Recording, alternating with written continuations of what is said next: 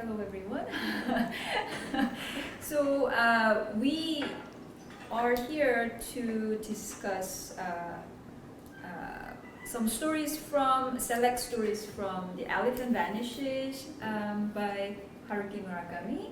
And as you are all aware, there was a project in the summer where I had a group of male students and we discussed 8 different stories. I mean, our focus was on those 8 stories, but of course we talked about some others in the collection.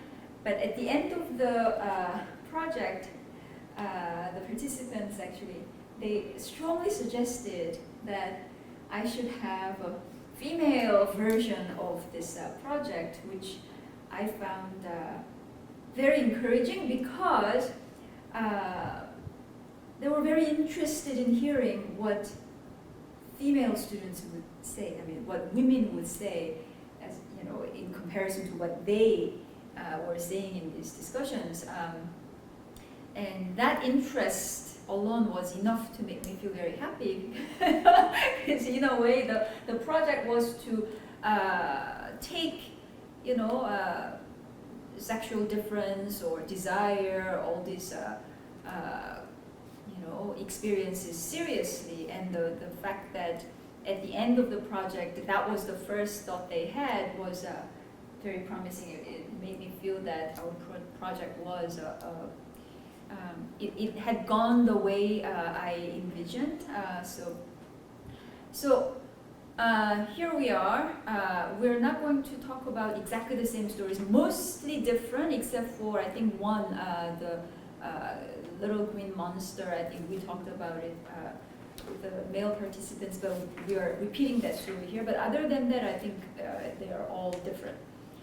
The reason being that we wanted to choose stories where female characters seem to be really the agents of the plot. They actually make things happen in a way that's although that was the case with the other stories that I talked about with the male participants, but in these stories it's more the case. So that was the reason for our choice of these stories. So this is the English translation, but I also consulted the Japanese original stories, because in some places the translation was a little bit free, which is very effective, but there are some points where I felt to know how the original was like would be helpful, but maybe I will not remember once we start discussing. But if I do, then I will let you know, because there are a couple of details that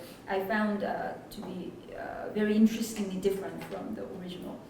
Okay, so we are today. We're talking about the Wind-Up Bird and Tuesday's Women, so the first of the stories. And then what comes right after, actually, the second bakery attack. Right, so let's hear from you guys what your initial reactions were like, and then we'll delve further into the details. How did you like the story? We can start with the first story, and then maybe we'll jump back and forth. Yeah, to prepare for today, I actually read the English translation and then the Russian translation, because I don't know Japanese, so I can't really check the original, but I really wanted to see how different, translators really put the light onto the story. And what I found really interesting is that the Russian translation actually goes like the Wind-Up Bird and the Friday's Woman. I don't know why they changed Tuesday to Friday. I was so confused, and I really wanted to ask you what the Japanese title is. Is it Friday or Tuesday? I mean, it is obviously Tuesday. Yeah, because the Tuesday is also mentioned in the story itself, I think. I don't know why they switched to Friday. That's a very interesting fact. Yeah, I was like so confused by that point, but maybe it's also interesting that they, like the translator wanted it to seem like a Friday story and not the Tuesday, because the Tuesday is like the middle of the working week and Friday is like closer to the weekend. I see. So maybe they were trying to do something there, but I was really confused by it. That would be interesting to look up Yeah. if you have a chance to. Yeah, I'll try to like see who the translator was, because I know in Russia there are a couple of translators who often translate Japanese literature. It's the same people. I see. So maybe I'll check why they decided to do it. Yeah. But I mean, speaking of Tuesday, why? What's the significance of this particular day of the week? To me, the significance was that it's so insignificant. Like, it's so random. It's not the beginning. Wednesday's kind of middle. Friday's again the end. And even Thursday, I feel like has more meaning sometimes than just Tuesday. Like, I feel like to me, Tuesday is the most meaning, like, just forgotten day of the week. So I just thought maybe that can show how ordinary this was supposed to be, like just any other day. Right. I love that. You're right, because at least Thursday you're close to Friday. Yeah. But Tuesday, I guess it's really hard to live that day. So yeah, I think. So then, Tuesday is women. So Tuesday is just like any other day, except that it's even less interesting than the other days of the week. So then what would be the effect of, what is the effect of putting those together, Tuesday and women? I think for him that day women were very extraordinary and strange. And I think the male character even mentioned that the whole day he was talking only to women. He was surrounded by them, and the women on the phone was really strange to him. And then like his wife came with strange news of this new poetry writing job, and then also the 16-year-old girl that was very peculiar in his opinion. So I think it kind of puts a contrast into his very boring Tuesday life that he envisioned for himself, because he had a certain plan to pasta and then do some chores, but then a lot of things happened. Right. Yeah. Yeah. I feel like the story has a lot of like subtle contrast, where one of the things that really stood out to me, and maybe this is a dead end, but I kept thinking about it, is he says in the beginning, like, I've always been good at recognizing things, faces, voices, small details. I never forget. He says that when the woman calls him on the phone. But then towards the end of the story, when the girl tells him to imagine the cat or something, he can't remember anything.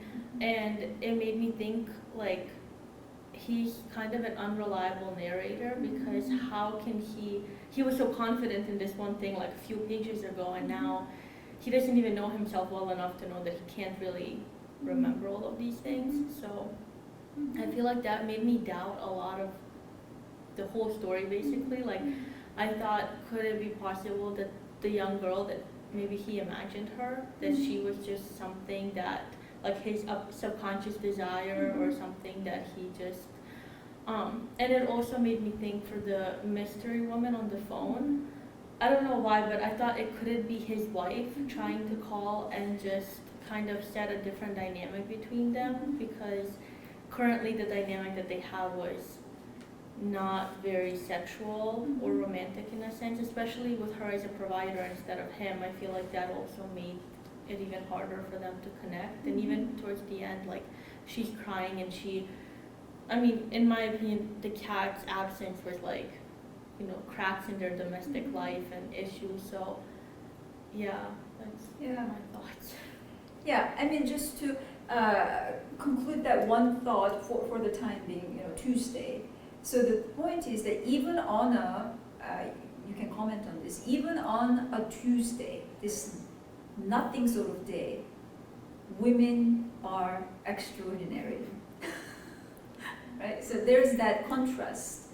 And then in terms of him being an unreliable narrator, of course, you know, when we interpret literary texts, we like to play with these concepts, unreliable narrator. But then he's the only narrator we have.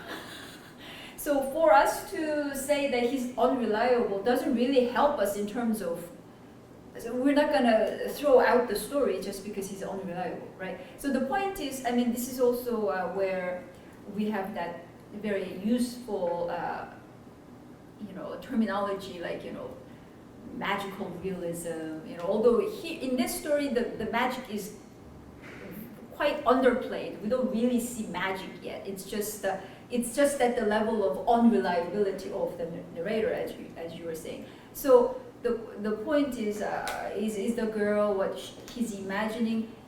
For us, what matters is not so much whether this is a real person, just like in our class on Freud, whether the remembered scene actually took place or not. That's not as important as the fact that it was remembered in this particular scene of analysis, and from there the analyst, has to do something with it. So it's kind of like our position here.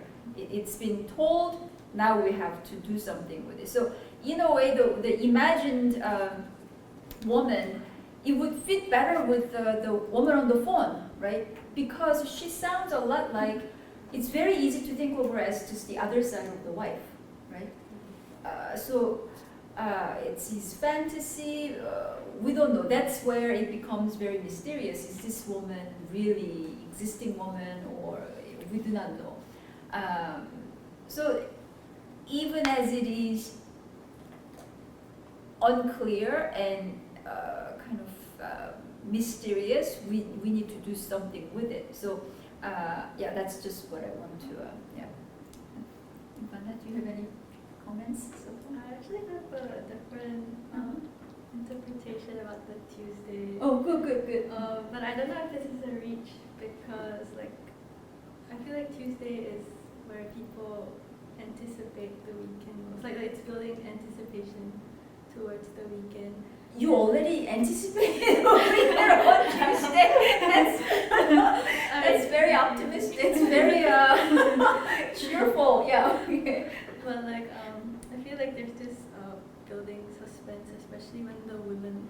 I feel they jolt him out of his ordinary, very floaty kind of routine life. So I felt that the Tuesday wanted to parallel that. Okay. I don't know. I think on Tuesday I'm generally tomorrow is Wednesday. That's great. I don't know. But I guess maybe your course schedule is set up in such a way that Tuesday is already a great day. I don't know. But either way, what we agree on is the fact that women are given as this kind of strange stimulus. But let's not run with this idea. Okay, so women exist just as spice for men. That's not what I mean. I think one could very well imagine the opposite scenario where you're just a woman, you're unemployed, just like the narrator, and then suddenly there are three men appearing. I think you would become very curious. So I think it's either way it works. Okay. So I think that besides that contrast, an ordinary weekday and very kind of provocative experience with these women, what other contrasts have you noticed? Are there elements that seem to be kind of opposed to each other? I think the most obvious to me is kind of the thought process of the main character and what he ends up doing or what he ends up thinking. Especially with the job, it's pretty obvious where he kind of gets irritated maybe by his wife prompting him to maybe try this job writing for high school girls. He feels like it's a bit of not his level of work because he was aiming for a law firm and all of that. But in the end of the day, he sits down there and he makes like a 4-line poem about what happened Yes. for the day. And like, I'm like, why? You were so angry just like a couple hours ago when your wife said that, but now you're like, ooh, that sounds like an interesting poem to me. And there are a lot of this like little things within him. I think, as Magdalena also said about his like trust in himself, that he's very good at remembering things, but that he's forgetting something. And also, I think he seemed very confident in his wife and like knowing her, but then he was so surprised when she knew about the dead end and the cat, and he was also very like kind of irritated by the fact that she went there, and he was like, why would she do that? Why would she go there? So that's like the contrast I noticed with the main character. I see. Okay. Good. I mean, confidence is a tricky word because today people think that confidence is a real virtue. Everybody should be confident. But then when especially a male character looks confident, we begin to think, is he being arrogant? So there we need to be a bit alert to our attitude, right? I mean, I say this in part because as I told you another time, I sense that there's a lot of kind of anger in young women these days. So I feel a bit, I need to be very careful on the one hand, but on the other hand, perhaps it is our job to spell out what it is that's causing this anger. And it may not be exactly this or that they can name, the angry people who may think this is the reason why I'm angry. Maybe the truth may be a little bit different, or maybe it's the same, I don't know, but it's still our kind of intellectual task to think about that. We're reading this this is our way of engaging with our reality too, right? It's not just to interpret the text. So the point is, okay, he seems confident, maybe he's almost arrogant in his assumption of certain things, but then when he realizes that this is like, when he hears that his wife, knew about this alleyway, and he's like, how come I never knew about this? So it's more like there's a certain surprise about like, this is the most intimate person in my life, and that alleyway is like a kind of shady place, nobody really goes there, and then she's been going there, but she never mentioned this. It's a kind of moment when you realize like, wow, I don't even know something so, in a way it's trivial, but it's also very surprising, right? So I say this as a way of introducing this concept of the absurd, the existence being kind of absurd, because he has other moments when he feels he thinks about aging, he thinks about dying, and he feels like, what's the point? There's that underlying kind of philosophical question about what's going on here. So that surprise, that discovery of his wife, I think we can read as part of that larger kind of him reflecting on how absurd much of our reality is. Does that make sense? Yeah. Magdalena, do you want to say? I think for me, like one thing that also connected to the second story, when they were robbing the bakery or McDonald's, he was so shocked that his wife like had the ski mask and what was it, the shotgun, and like it was just such a concept that he was like, I don't even know, and I don't know if I want to ask, and that just kind of connected to this. Yes, too. yeah, exactly. So of course there's a little bit of dramatic exaggeration there, a woman owning a shotgun. I think it's such a big object, I think it's very difficult not to know if the person that you live with owns one. Yeah, but so in a way, so in both instances, the stories are kind of designed to accentuate the fact that men just do not know what's going on with women. So there's that idea. But when he finds out, he's surprised, but it's not a problem. This is what I want to say. And with the girl, when on the phone, the woman, the mysterious woman was like, don't you think you might have a blind spot? You may not remember everything as you think you do.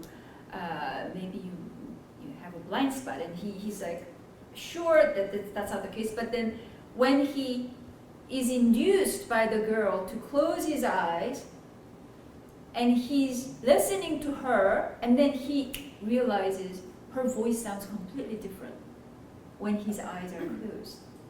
So in other words, he's being contradicted, right? And yet his reaction to it is not any kind of indignation or like, oh, I thought I knew better. No, it's there's that kind of what would be the right word? He may have been confident, but it's not the kind of confidence that takes pride. He's ready to correct his perception, and because of that readiness, he's so open to new experiences. It's a very strange thing to do for a girl, a high school student, who's just like, please come sit with me, and then she comes out in her bikini top, and then he just goes along with it, and by going along with it, he arrives at that moment where he realizes, wow, my sensitivity to voices changes when my eyes are closed. So this is a different kind of discovery. Any comments on that?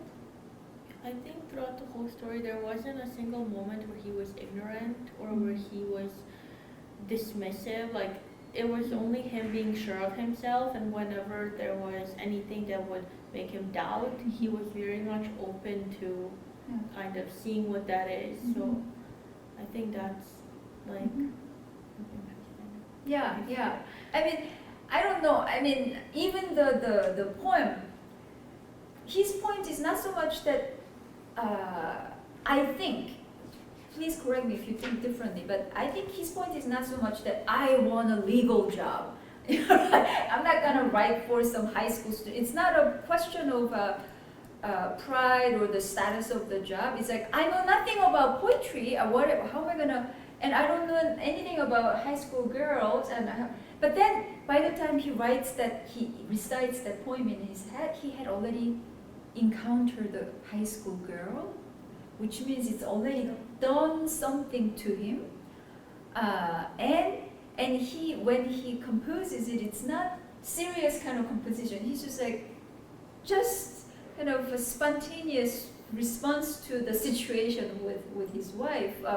So something about him that is kind of pliant, meaning he's not rigidly insisting on his position. He kind of goes along with it, and he has a poem. So I don't know. How do you feel about this character, the guy?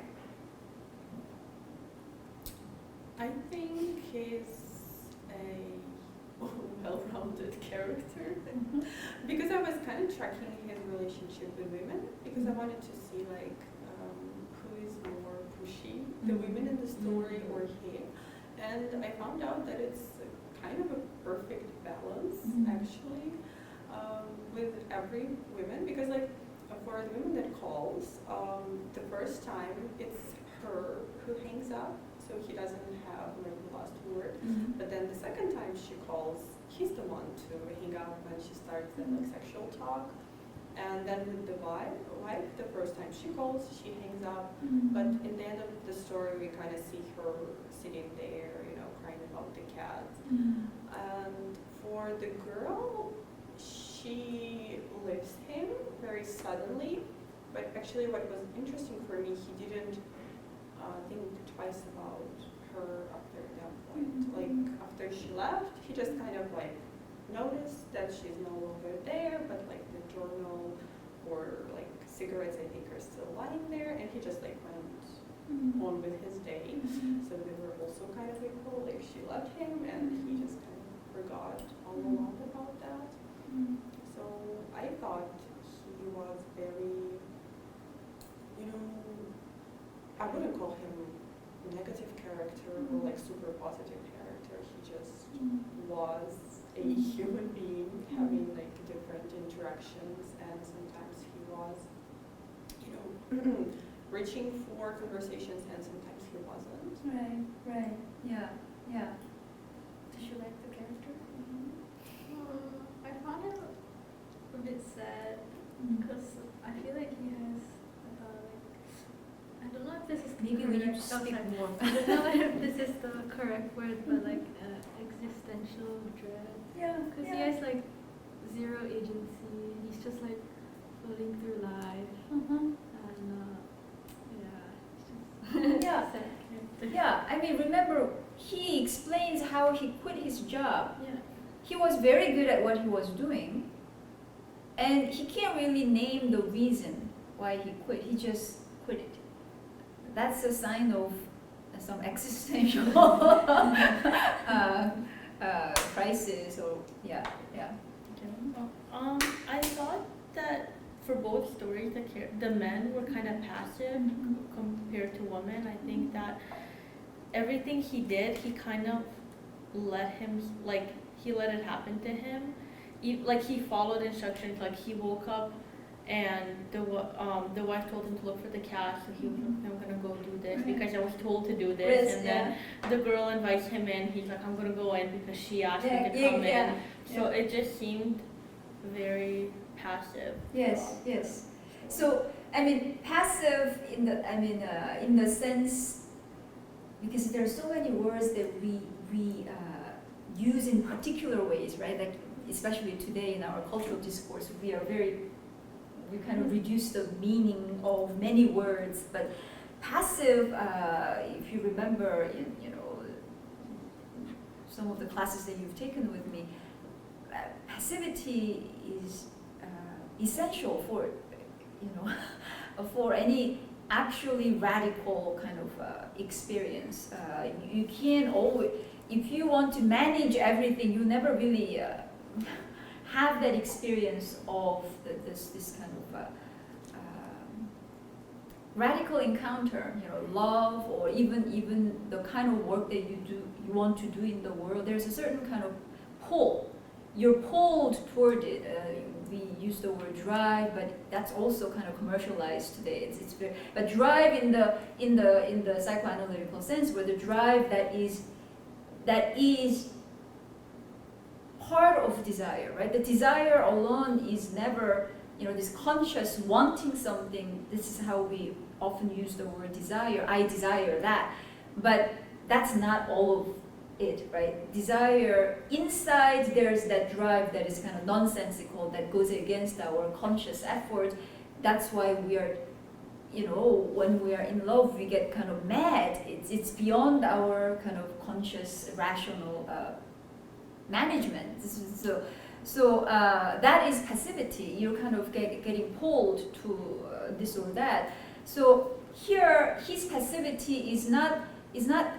Perhaps we can use a different word to kind of illuminate the more kind of affirmative aspects of this character, which is he doesn't say no.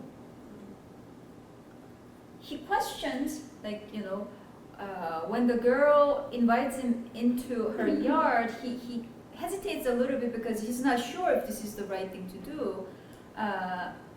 But then, if she insists, she would do it. He would do it. He would go along. So in a way, his default position is not to say no. It's not so much to say yes, but not to say no, which I think is beautiful in a way, right? So, and by not saying no, not to say saying yes, although of course they converge at some points, but by not saying no, he gets pulled into these situations where these surprising things happen, and he gets pulled in because these female characters are all so we need to kind of differentiate these three women. Obviously the woman on the phone and the wife, they seem to be kind of two sides of the same woman, of the same age group at least, but the girl is of a different, she has a different status. And the girl is important because if you remember from the story 100% Perfect Girl, there's something about girlhood, which is throughout Murakami's stories, it's distinguished from womanhood. When you're an adult woman, you somehow become different. So that's something that we can think about, how this girl is portrayed as different from the two women. But in any case, so she doesn't make demands. She's the one who's kind of invites him. But the other two women, the women, they kind of have demands on him. Do this or do that. Just 10 minutes. Or go look for the cat. Go to the bank. There's always. So I wonder if you thought about that aspect, women asking him for this or that.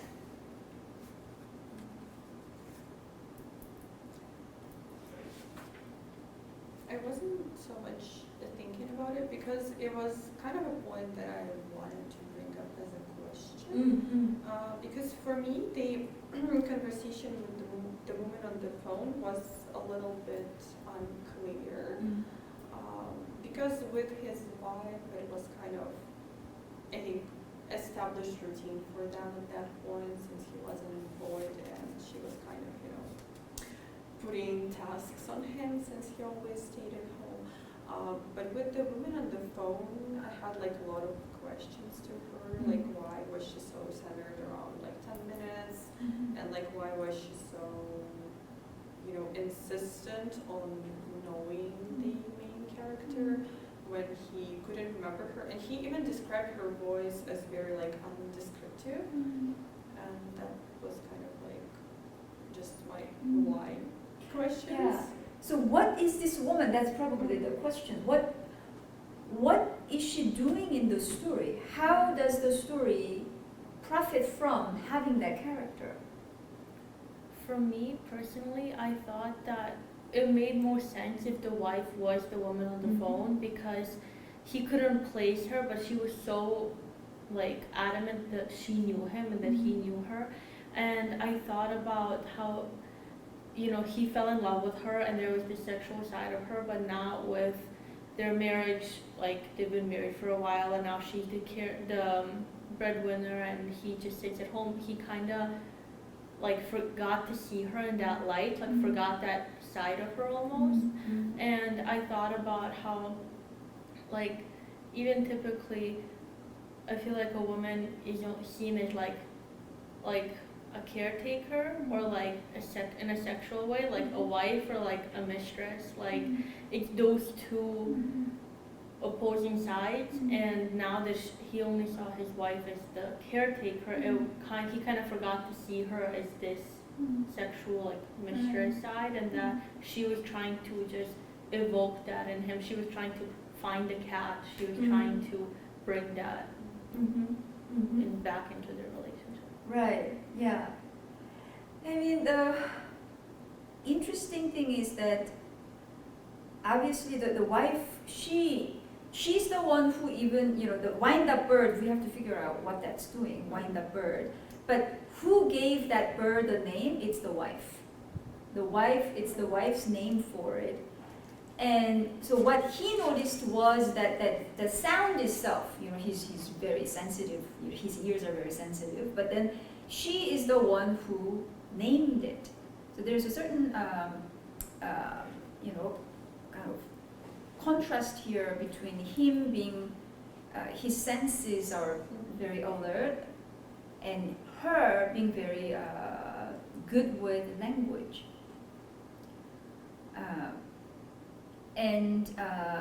It's language not so much in the sense that she talks a lot, but she's very rational. She knows how to, when he first approached her, about quitting the job, what was her reaction? Remember? Just okay, I think she said. Yeah, but she also said something that sounds very She said fair enough. fair enough, and then she says, "It's your life. You should do with it as you like." It's very obviously at the level of the meaning, you can't beat that. That's very, very clear, very reasonable.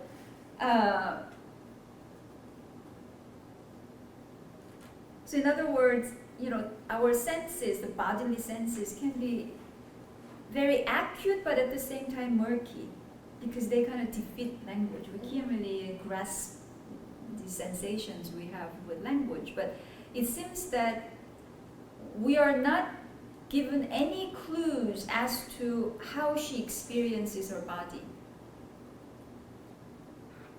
All that we get of her is really words which are so reasonable and sharp and kind of divorced from the body. It's all up here. How did you feel about that? Do you agree with me, or did you sense something different? Now that you've mentioned it, I actually also started seeing it because I remember when taking your course, we discussed a lot of bodily characters and the characters who really use language. But I kind of forgot that argument when I was rereading the stories. So now I would agree that I can sense that, and there is this contrast between the woman that calls and the wife, because she's a very I would not say she's that rational though. The wife or the wife? Because at the end she kind of crashes out on him about him killing the cat, and then she crashes out even more, saying that he kills everyone with his looks, which is, I think, a bit of her maybe bodily side showing up, because in the end what she experiences is a full body, cries, and she's very physically distraught, and he describes her very in a physical state how she feels towards the end. So I could probably see the wife and the woman on the phone being the same being in a sense, because there is this bodily side to life, but probably it wakes up only in some severe circumstances, I would say. So yes, yeah. And, severe sexual desire maybe also makes her really bodily, when in the daily life she is very rational person. Okay, yeah. Would you like to add anything? I agree. Yeah. I think that sexual desire it's kind of hard to just stay in the words and the language side of it. So I think it would make anybody more connected to their body in a way. So I think for the wife, I definitely noticed the same thing. In the beginning, she's so calm and rational, but then she crashes out over something that seemed to have been related to something else, but she just wouldn't show it. Right, yeah. So it's not to say that she is reasonable and rational. Her use of language is kind of limited, constrained, or ordered by this idea of reason. She's being rational when she says it's your life. because one can use language in a very corporeal way too, which is what poetry is all about.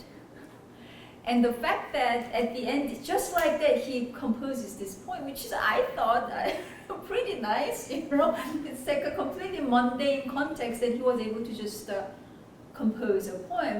That actually tells you he inhabits language already in this kind of very bodily way that she seems not to.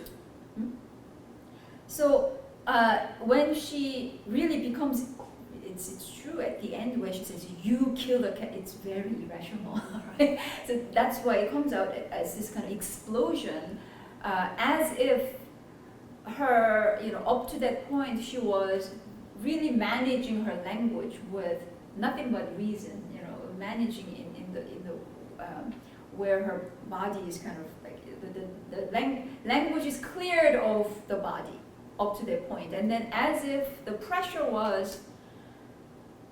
hard to bear now, because it's difficult to use your language in that way all the time. You know, everything is reasonable, everything is rational, and I'm just being logical.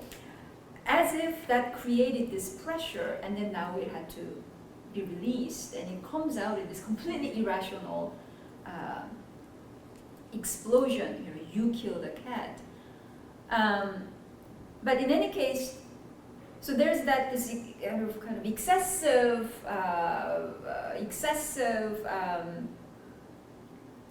rationalization of her use of language. That's the wife. But then on the other hand, we have this very obviously erotic woman on the phone. But erotic doesn't necessarily or automatically mean the body engaged. The sensing body. I mean, how did you feel about the dirty talk? Do you think it's effective? I mean, I don't think he finds it very effective. He's of course a bit disconcerted, and if he had listened longer, maybe, you know, it could have gone a different way. But how did you find her talk? How would you describe it? I would say it's kind of awkward. But it's, I don't know, it's just my personal experience with like the sexual aspects in Murakami's work. They always feel to me a bit, you know, they're not truly sexual, you know? It's just this a little bit of like vulgar words existing, like this, like, for example, here it was like her trying to seduce him, you know, like I'm lying there naked. But it's not truly like an erotic type of literature writing, you know, for me personally. And in other stories, it's the same for other short stories in this collection. It ignites the same feelings within me. Oh, that's very interesting. I like that. Yeah. Yeah. With a lot of the stories, I just thought it's kind of awkward. Like, I don't know why, but particularly for his work, I wondered, like, did he write that way intentionally? Like, did he mean for it to sound as off-putting? I don't know, but, and I thought maybe it's possible because the main character is very, like, seemed like turned off by it, so then maybe that's how I perceived it as well. But I also thought, like, this doesn't seem very sexual as much as she intends it to be. I also feel the same. I feel like when he writes about these things, it's more of like having a like sensation as compared to like erotic intimacy. Like, that's what I feel when I read his like over. I mean, of course, the words are difficult here, but I think if you, Ivana, if you are agreeing with what Magdalena and Sofia said, I think it means that yes, something sexual is happening here, but you don't feel erotically engaged, right? Yeah. So then we have to kind of determine what it is that he's doing that makes it fail erotically for us. I don't know. Can you? It's not easy, but because I mean, in a way, it is also true in our reality today. In many places, there's a lot of sexuality, but we're kind of losing the art of eroticism. So what is it? I think possibly it's that it was so like blatant and like out there, like she was so, it wasn't like seductive, because I feel like when something is seductive sexually, it's not so out in the open, laid bare, where I feel like her talk was very, this is exactly what I'm doing, this is exactly how it looks, and there wasn't anything that she kind of kept back that would have made you want to look for more, but because she gave you a full picture, it's like not as engaging. Right. And I feel like even with today, like with media and movies, and it is so common to just, oh, here's like a full naked two people having sex, and because it's portrayed that way, it's not really erotic, it's just like, it just feels like nothing really. So I think that was something that I thought. Yeah. But I really like this. Somehow Murakami knows how to write sex, but not eroticism. But so now I can say that when we say if we show everything, then it's not erotic. We don't mean, of course, that they need to try to hide a little bit. We're not talking about the intentional acts, right? We're not saying that they don't know how to, hold back a little bit. We're not really saying that they should know how to do it better. It's more like you hold back not because you want to or you think that would make it more erotic. You don't decide to do it, but when you are engaged in that scene with your body that's passively engaged, right? Because the body wants to do something that consciously I'm not very comfortable.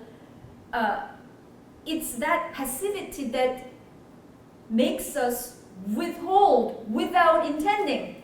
Does that make sense? That's where eroticism it becomes very radically interesting. It's when you are doing that, when you're withholding without either intending to or calculating, you are in the scene of eroticism because you are engaged with your own passivity, your body that is kind of doing its own thing that you can't manage. Does that make sense? Yeah. So in the sense that she is just saying everything in this way, once again then we say she's talking about the body, but it's not the body speaking. So we have the same thing as the wife.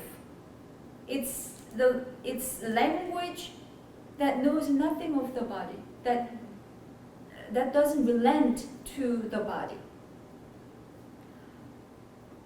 That's why they kind of make a couple, the two women, the wife and the woman on the phone.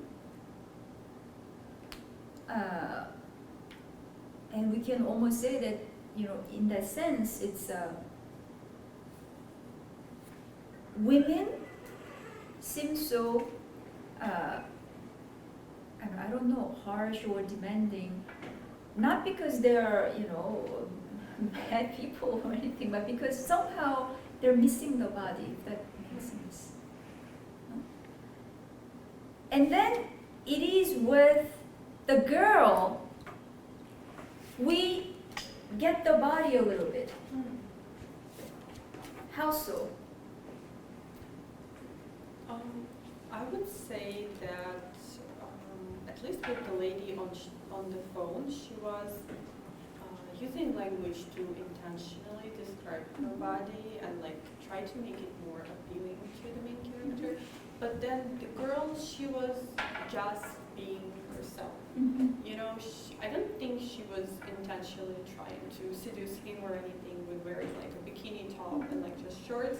She was genuinely just getting tanned, and she was just living in her teenage body. Also, with her the injury, the limping leg, which was also putting focus on, her bodily movements and how she was doing it. And she wasn't describing it, she wasn't trying to put herself into the words. Like, look at me wearing this and wearing that. So that's what really made contrast for me. Good, yeah. I agree. I think everything, I think the girl was so unintentionally, just her body was very present, and even he described it a lot when he was, when he first saw her, and with her leg limping, and then she explained it. I think all of that ties into kind of, I feel like her being right there next to the two women makes the two women seem even more lacking of a body. She makes it even more noticeable when you compare them so close together. Right, yeah. I think, and not only, so there's, I hope I didn't kind of make you go that way, because that's where I wanted to go. So I'm glad that we were looking at this same kind of aspects here, but on top of that, it's not like the girl is all body either. She's interested in these aspects that we earlier described as existential. She's interested in death. She wants to know what death is really all about. And in describing it, she touches him. But not in any kind of calculated, erotic way. She's like, you cannot understand, her point seems to be, you cannot understand what I'm saying unless you really feel it in your body. So I'm tracing it on your arm so you can kind of get to that sensation. So there's this kind of effortless language and the body kind of integrated. Does that make sense? And all the, because it's a very long description, as he goes through that, he passes through the alleyway to get to the house. You kind of wonder why all these details. Have you thought about what that does? That long description? I just thought that it kind of characterizes him for me, because from the beginning of the story, we kind of seen his assumption that he's very good at, memorizing things and noticing little details. So for me, it felt very natural that when he went into the alleyway, he was kind of idling around because he didn't have anything to do, and since his character is very observative in a sense, he was observing every single building and describing all the little details. So for me, it just felt very natural confirmation of what his character is like. Yeah, good. I feel like the girl is also very observant, because she was talking about the families and how the people who are on TV are phonies, and I feel like, again, when you're on TV, you're speaking about something and you're not really engaged with the truth. It's just more when everything on TV seems more fake than in person. So I think her noticing all of those things and then speaking again about the sixth finger, and then what was the other thing? Four breaths. Four breaths. Yeah. All of those things. I feel like she is very, she pays attention. I feel like she was asking him and paying attention to his reactions. In a way, she was analyzing his answers. So that also, I thought was. I kind of understand what Magdalena said, but I also found interesting the contrast between the phone woman, his wife, and the girl. I don't know if it's a stretch, but I thought it was perhaps his desire changing, because the wife and maybe I can't really place where the telephone woman is, but his wife is from what I could glean from the text, she was a bit more traditional than the young girl. So I thought that was just his desire, changing through the story. Yeah. In a way, it's when he's dealing with well, even, including the girl, it's very hard to think of him as a desiring man. It's but then at least with the girl, he discovers, one of the discoveries being the fact that when his eyes are closed, he cannot, his sense of, the voices changes. That's a tremendous, I think, discovery. It's a discovery about his body. So although he doesn't come out of that scene as a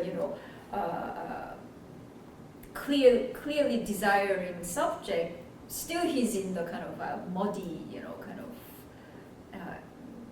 just kind of existential, unclear kind of, that zone. But at least he comes out of that encounter with a discovery which concerns his body. So I think that's something to say. But as he goes through the alleyway, what happens is that, of course, it's entirely in his character to observe everything, yes.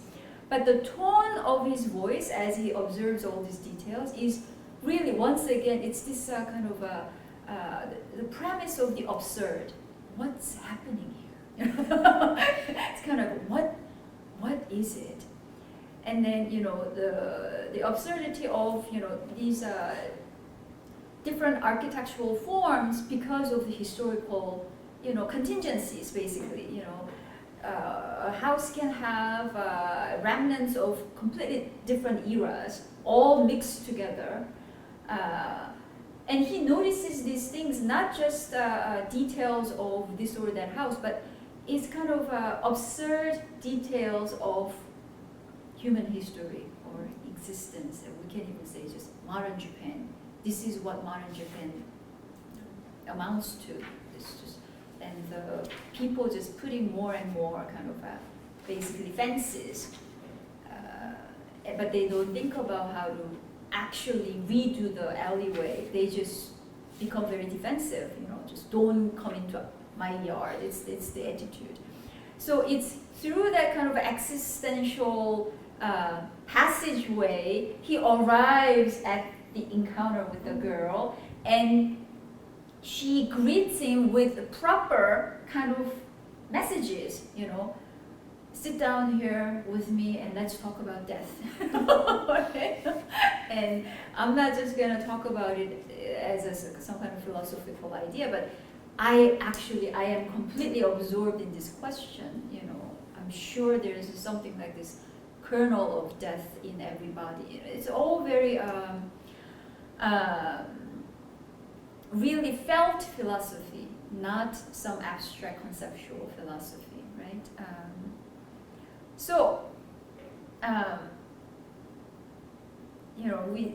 The wind-up bird, ironing, these are all, they're kind of similar in what sense? The wind-up bird, is a mechanical, repetitive noise, and then ironing, he has 12 steps, and he just repeats them, right? Yeah. Another thing I thought was really weird, that he counted how many times the phone rang every single time, and then he also I got the feeling that he was anticipating a phone call, Mm-hmm. No matter what he was doing, he expected to be interrupted. I wasn't sure what that could mean, but I wanted to bring it up more as a question, because it seemed like everything he was doing, he was kind of expecting something to come and interrupt it, especially the phone call. Yeah. That's phone call is a common theme in a lot of Murakami stories. They seem to, I don't know if this is the correct word, signpost to change or a discovery the character will encounter. I like that, because in a way, because if he says that his sense of his auditory sense becomes compromised when his eyes are open, right? This is because basically what he finds out, the blind spot of his auditory sense, although it kind of mixes two senses, but you get the point. The blind spot of his auditory sense is really the fact that he's looking. So if his eyes are closed, somehow his auditory sense becomes alive. It comes alive. So, but then, as you know, in our modern day, desire is very much connected to the visual field. It's the gaze that determines your desire. So that really tells you how the fact that for him the voice is important, the auditory sense is important, already puts him in this place where he's kind of divorced from desire in that regular sense, right? But it's also through the auditory sense he discovers something like the feminine. We'll have to continue to see something like the feminine. When you're actually looking at women, in a way you're blinded to women. You don't really see women.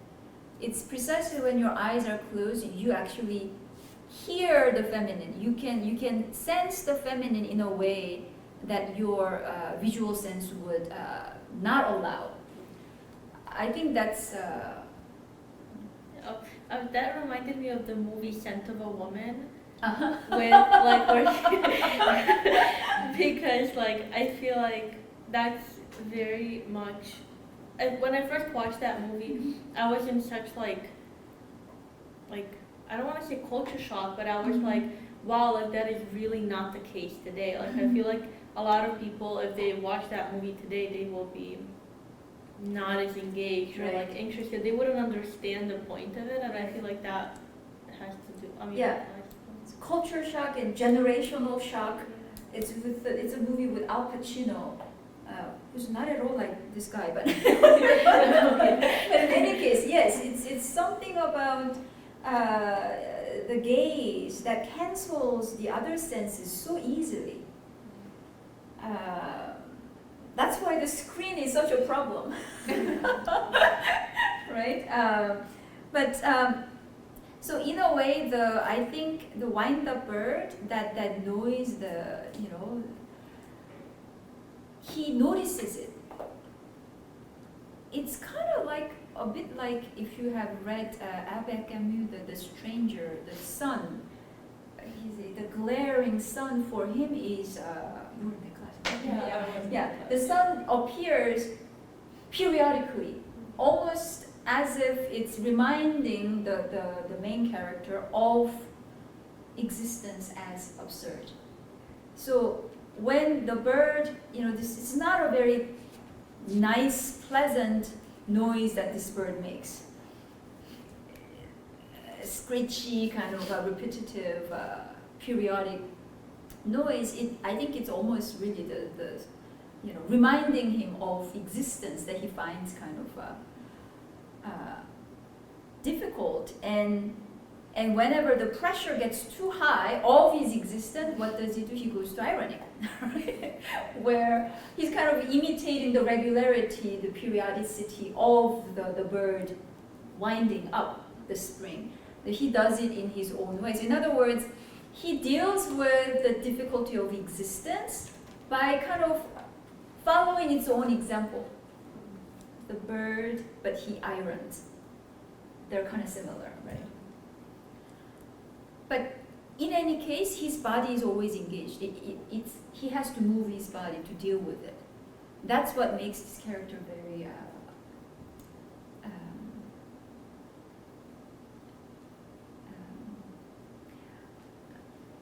I don't know, likable is not the right word. You can't dismiss him as just a character. It's something profound there. And the wife, she's quick to name it. We call that wind-up bird, but she doesn't experience the bird as any kind of something that is related to her own existence or her body. Certainly not. So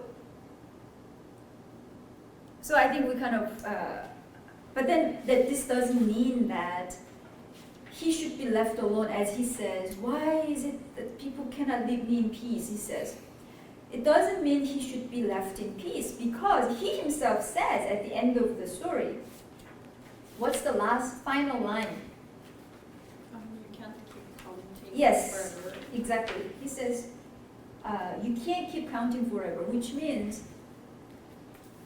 his body is engaged, but that is somehow, in a way, that is not sufficient.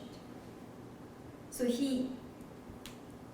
it's through these encounters with women, he comes to the realization that he needs to do more. But more what, we do not know. Is it?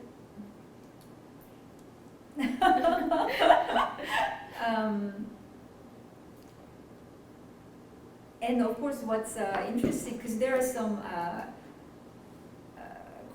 there are references to other stories in the like he says to the girl, I used to. Do the long. Yes. So this is the guy who got older from that, period, and he's so much less alive now than he was in that story. Although in that story too he was melancholic, but it's a different kind of man, and I think that's I think we're supposed to catch that. He also goes to McDonald's, which is the main part of the second bakery attack. Yes, and also he also says what when he talks about quitting the job, and he says something, I don't know where something went wrong, and we know it's kind of like with the first bakery attack not working. They felt something didn't go wrong there, and then everything from there just went astray, right? So there's that reference to the next story here too. Okay. Any thoughts that you want to add before we move on to the next story? We've already talked about quite a while. Yeah. Any final thoughts?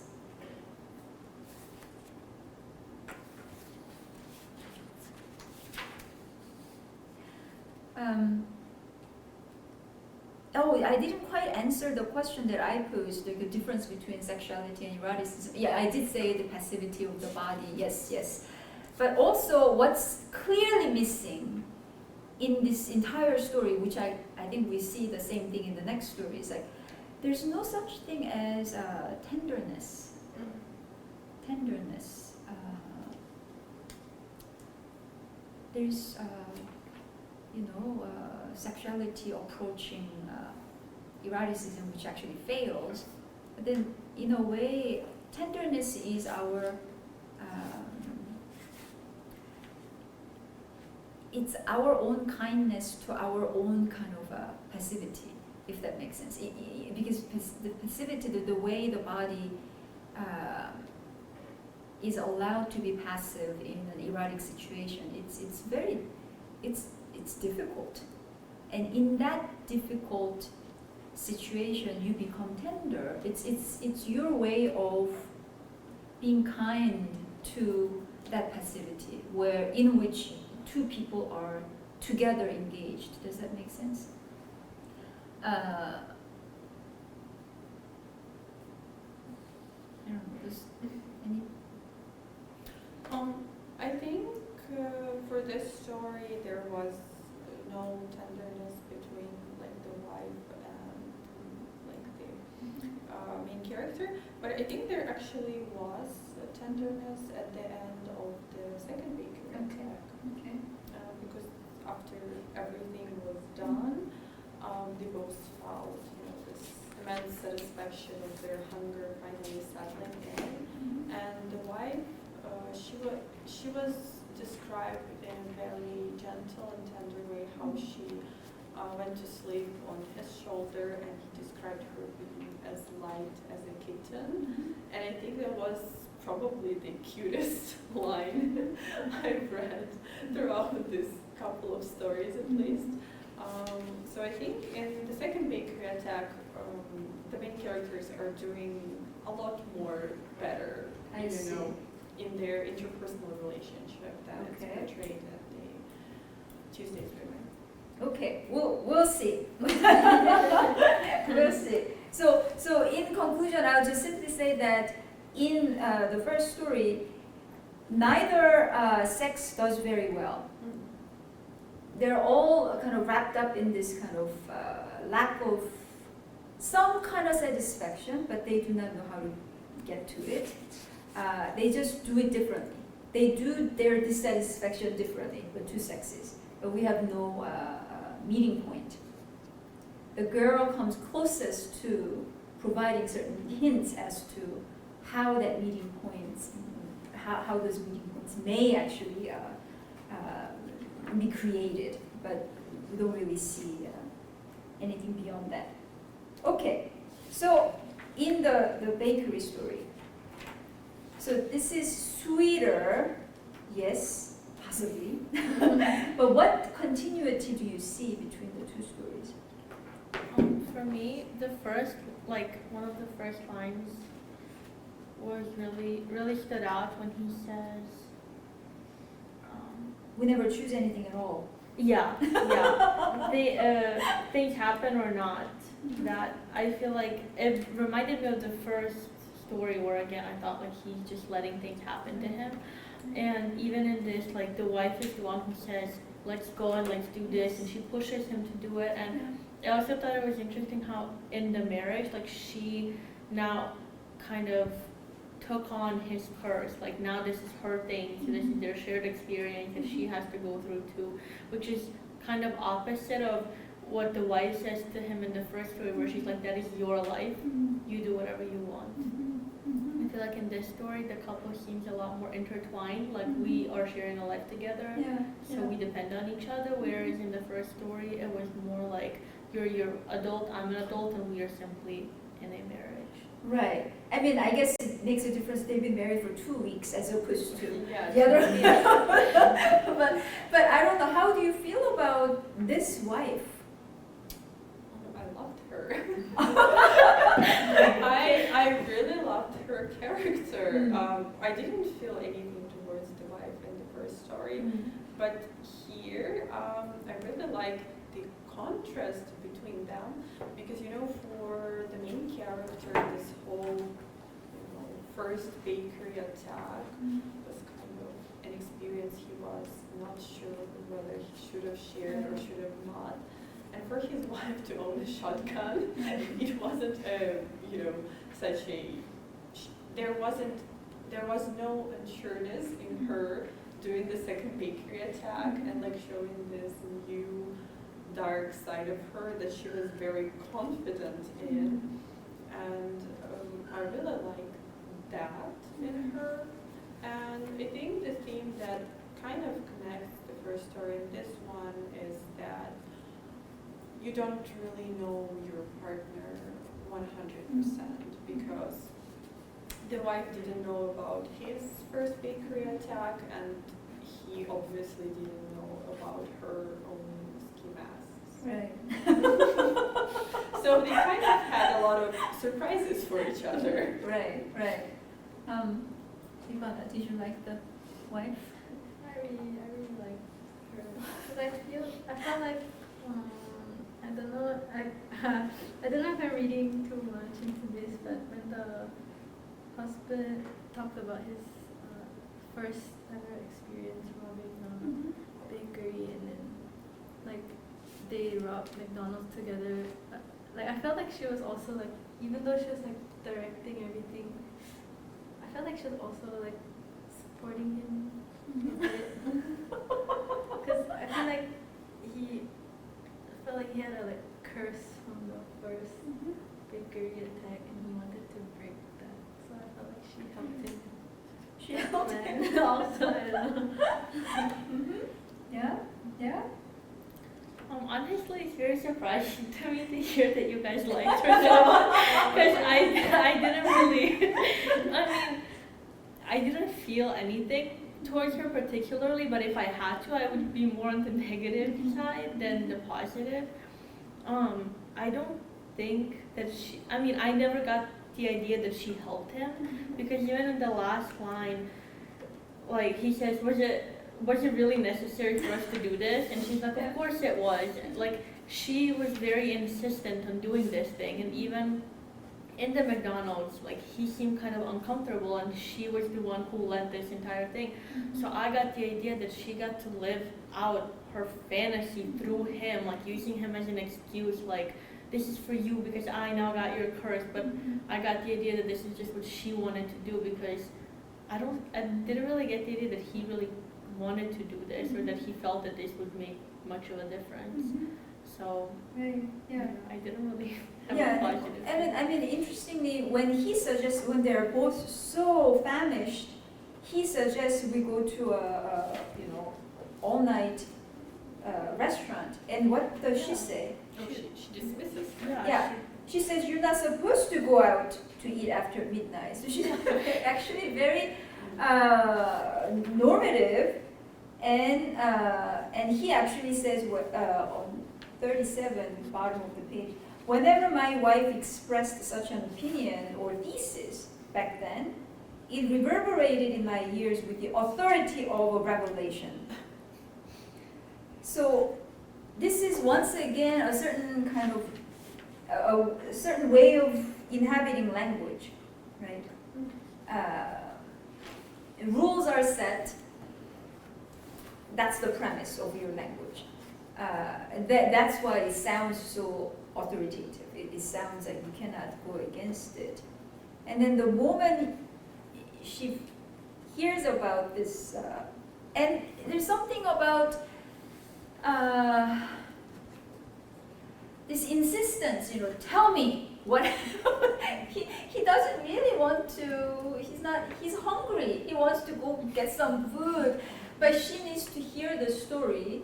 And then she immediately, turns into a project. Something has to be done, and all his hesitations are dismissed right away, and then they're in the car. And so obviously the hunger. I mean, to be honest, if like let's say I don't know if my sister were like that, I wouldn't like. I mean, can you just leave me alone? So there is that kind of. But then I guess it's a couple, so it's different. I don't know, but the hunger they both feel, and they're both saying. She's saying she's never had a hunger like this, but he says he remembers that I had the same kind of hunger at that point, in college with his friend. So obviously the hunger is supposed to mean something, right? The regular kind of more traditional thing to expect from a couple who's been married for 2 weeks is that they would wake up to have sex. Instead, they wake up just hungry, they need food. So there's already something, it's a continuation of this kind of absence of desire that we saw in the previous story, although chronologically it's backward because they're newly married. And then at the end, they of course, he talks about seeing this volcanic, formation coming up from the water. Did it remind you of anything, Magdalena? No. Maybe I didn't show it to you guys in that particular class, but Freud has a diagram, with ego, id, and superego, and it's the id that comes up from under the water. Well, I don't think we Yeah, you're right. Yeah. So in any case, so if he's actually making a reference to the concept of the id, in Freud. But then here the id has nothing to do with sexuality. It's simply wanting to eat. And at the end, of course, when they fall asleep, it's a classic scene of kind of post-coital, peace, like I'm satiated, I'm ready to sleep. But then what got them that satisfaction is McDonald's hamburger. Nothing better than that, right? So it is a bit of a, it's supposed to be, I think, the whole thing reads in this ironic tone. Newlywed, and yet all they want is just to eat McDonald's. And and although it is very sweet, of course, at the end, it is this idea that this is just a newly married couple, and their satisfaction comes from Big Macs, is what kind of is supposed to make us laugh. It's not a loving kind of conclusion of the story. It's more kind of almost dark comedy, you know. And also the fact that they got 30 Big Macs and Yeah. then they ate like 10 and 20 of them they threw away. I thought was like so like it shows again to be like greedy and wanting more and more and more. But then Yeah. what he ate like 6 and Yeah. she had 4 and Yeah. they were so full. Yes. So I thought also that was Yeah. interesting. Yeah. And remember, what's important here is obviously the meaning of the hunger, yes, but more than that, it's the second bakery attack, which means we are invited to compare the first and the second attack. What was the meaning of the first attack? Why do you think they did that? I mean, he explains. The first time Yeah, first time. because they were starving. And they Yeah, why were they starving? Because the very reasonable wife asks, "You could have worked." Yeah, why were you hungry? And then his answer is what? They didn't want to work. They They didn't didn't want want to work. Yeah. But why did they not want to work? We get enough clues. Is it because they're lazy? No, it Yeah. was like their inner protest. Yes. They were young and they were like experiencing, existence and the outside world, and it was their, pull towards protest against, employment and work in a sense. They weren't, because they were not unwilling to do anything, because they were willing to listen to a whole, Wagner's music, Yeah. but they were unwilling to do any physical labor in a sense. Yeah. But to me, the thing that really kept getting stuck in my head is he was so bothered by the fact that he chose the peaceful way just to listen to Wagner rather than to actually like threaten the man and take the bread and Right. like steal it.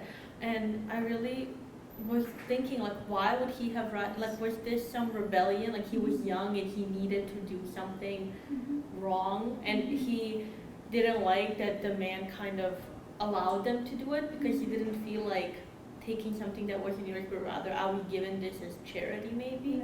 But I was really interested in, like, it really bothered him that he didn't do it in a more negative way, that he stole it. I think the ambiguity there, the uncertainty is, did we work? Because he told us to do this, which is just to listen to the record, but they just weren't decided about whether they had worked or not. So it's not so much, they want to exercise violence. It's more that they didn't want to work for anyone.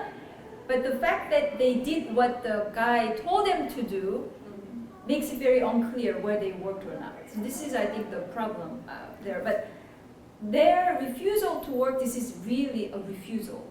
They are refusing to be co-opted into the capitalistic system, to put it very simply, right? So in a way, their willingness to exercise violence means that they are fine with physical labor in a way. So it's kind of, that resonates with the lawn mowing story too. It's a physical labor where he takes a great pleasure, but this systematic exploitation of human labor, and they don't want to be part of it. So this is actually a very sound ideological protest, and what they learned in that attack is what the contingency of this owner that they never imagined him to be like that. Okay, just listen to the record and then you get to go with all the bread that you want. This is something that they never calculated. So in a way, this is a really good lesson. Even when you protest, you go against, whatever, revolutionize the system, there are these elements that are not determined. They're going to throw you off the course. So the fact that it started as a very definite refusal gives that attack a very philosophical significance, right? But with the second attack, what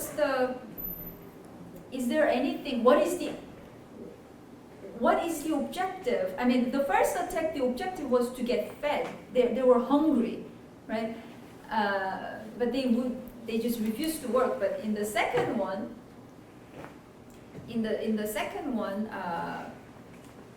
what's the objective?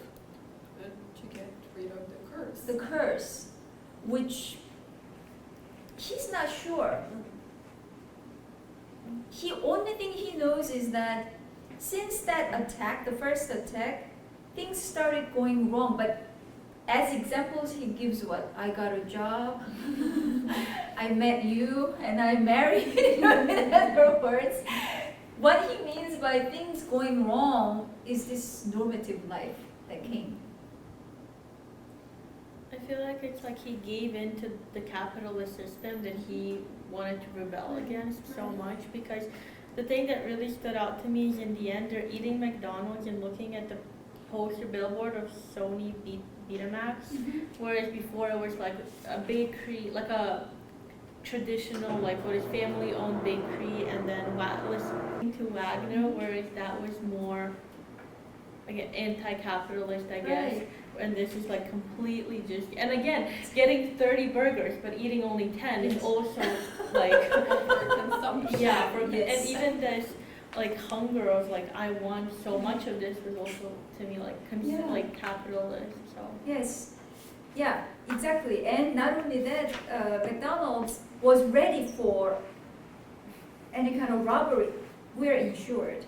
This is what the girl says. We'll give you money, more money than you need to go have a good meal. So there's that historical, comment. Obviously, back in the days, you could actually have this kind of very poetic exchange, completely contingent exchange with the business owner. But now the owner is not there. At McDonald's is just employees, and then a couple of university students sleeping. Oh yeah.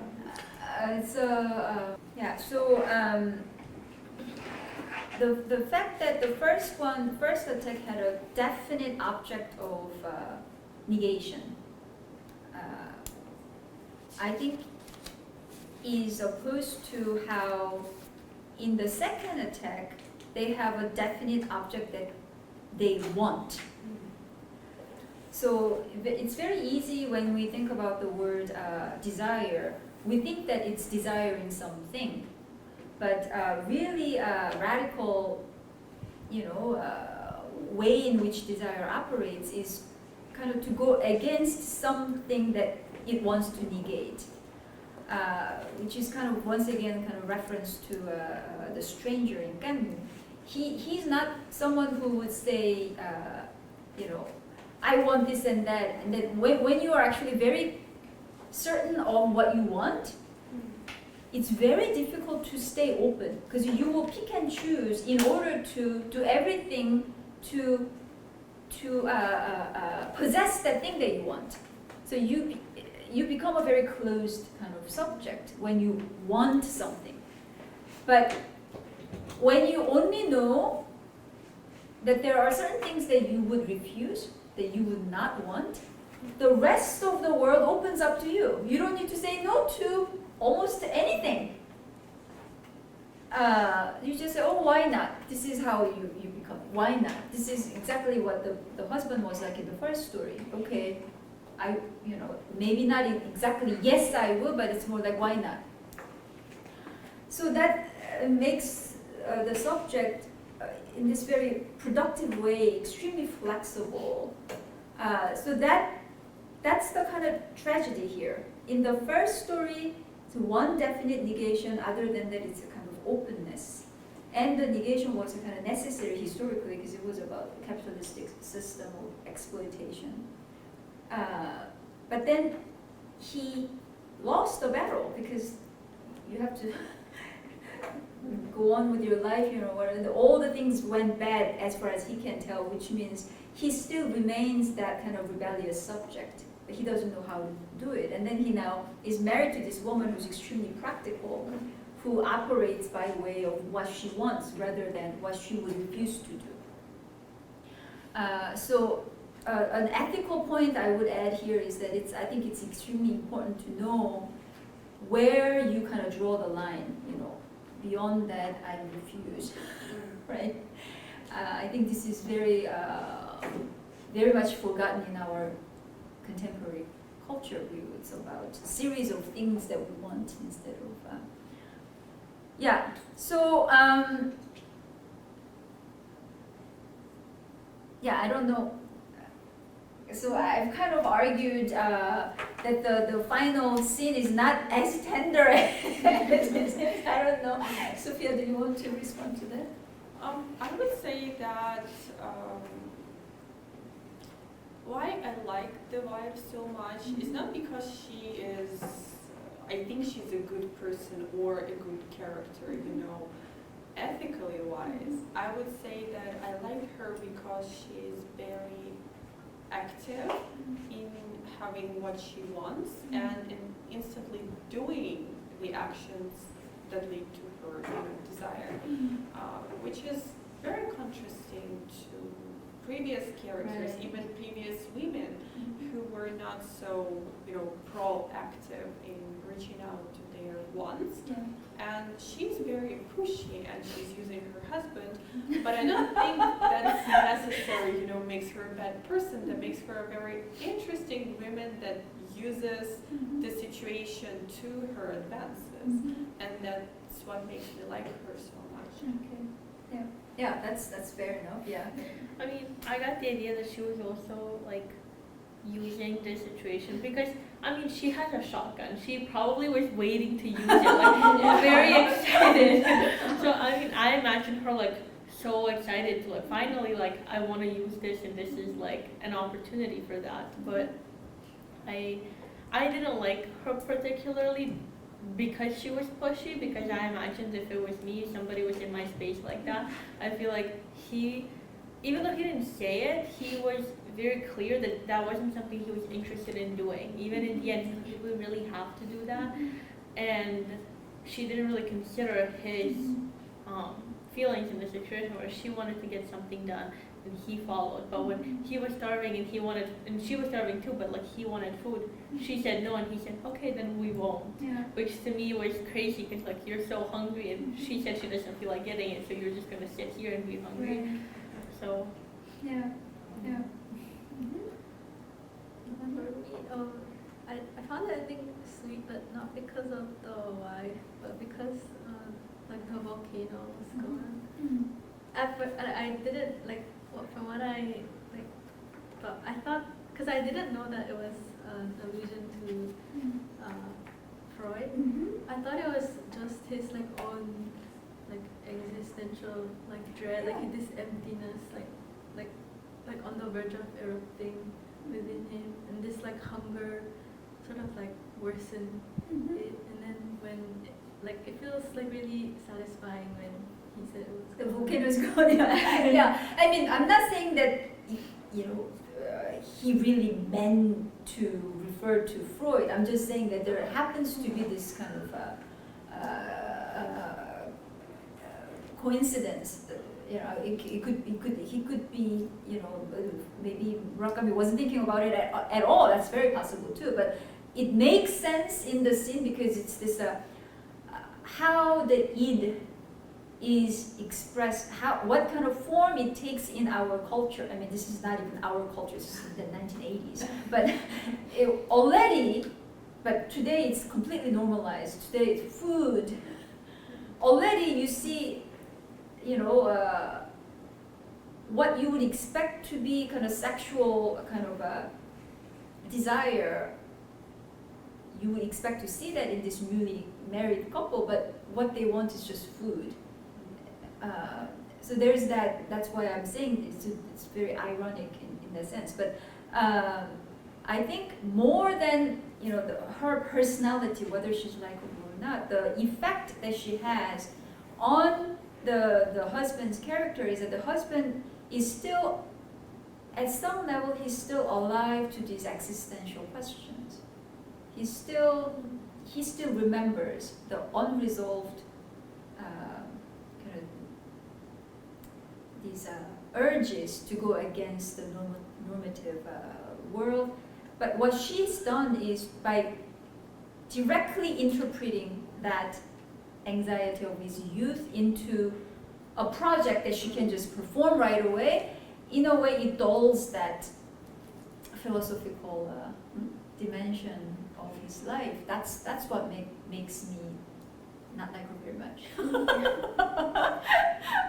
I think the fact that she was like, okay, let's get this done, is also kind of capitalist, and it can tie into this whole idea.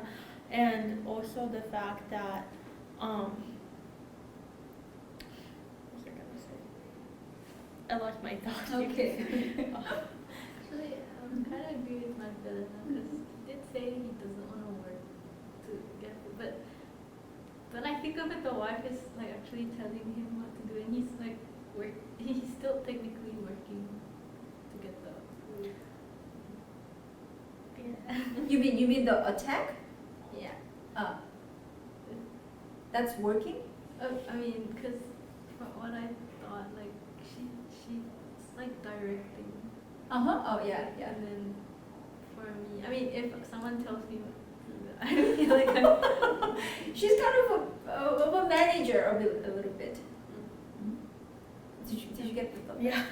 I was just gonna say, the fact that now like sex has been replaced with food is also like capitalist, because you technically can buy sex too, but that like you can buy food and like indulge yourself into that, which is like buy more and more and more, which even the fact that they are just married but they wanted to go and have food rather than sex.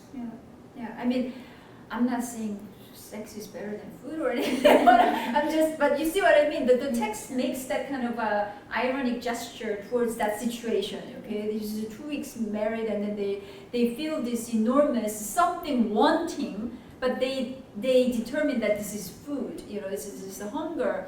So there's that humorous bit there. So remember, these stories, they're all kind of connected. So as we move on to the other stories, we kind of see the future of this couple in some sense. Does that make sense? So we'll refer back to these stories as we move on.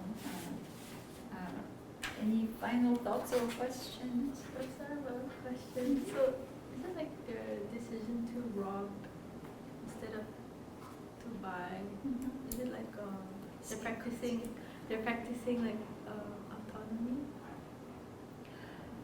like rebelling?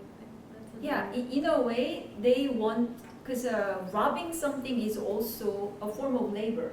Yeah, it's illegal, but it's still, you're getting something with your body. You're risking. So, I mean, of course, they're not ready to hurt anybody, but they want to at least experience that earning your keep with your body. It's kind of like going out to hunt and gather, except you showed up at a bakery. But so it's anachronistic, but their reasoning is kind of, it's hard not to sympathize with it, in the sense that they want a different way than this capitalistic exploitation and cooptation. Are we good? I think yes. Yeah, I think so. We'll meet back then next time. Okay. Thank you. Thank you.